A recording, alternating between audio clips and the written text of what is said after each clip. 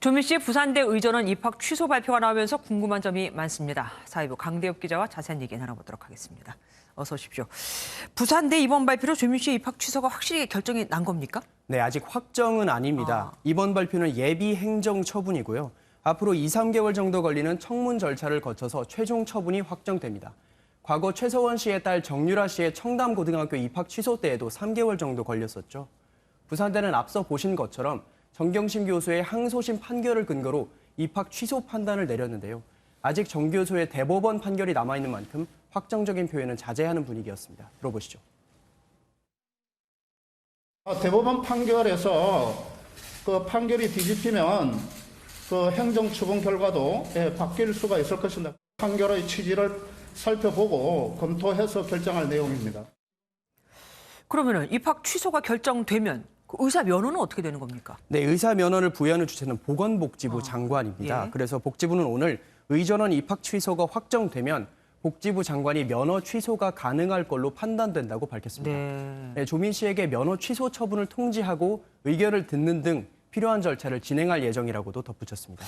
이 부산대 발표가 나오고 나서 얼마 안 있다가 조국 전 장관도 SNS에 글을 올렸더라고요. 네, 발표 약 10분 후에 조국 전 장관은 아비로서 고통스럽다면서 짧게 심경을 밝혔습니다. 올린 글의 대부분은 부산대 발표문을 그대로 옮긴 건데요.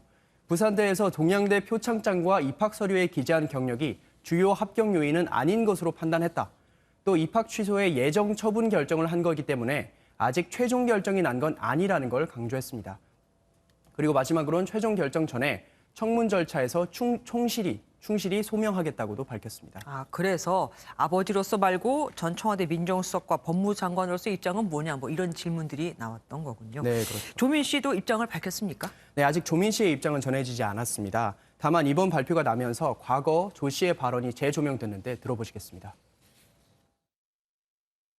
근데 저는 고졸돼도 상관없다고 생각하고 있습니다. 시험은 다시 치면 되고 30의 의사가 못 되면 40에 되면 된다고 생각합니다. 그러면서 조 씨는 당시에 정경심 씨가 하지도 않은 일 때문에 책임을 지는 건 견딜 수 없다고 말하기도 했습니다. 그러면은 면허가 만약에 취소되면 면허를 다시 재취득하는 게 가능할 겁니까? 네, 결론부터 말씀드리면 불가능한 건 아닙니다.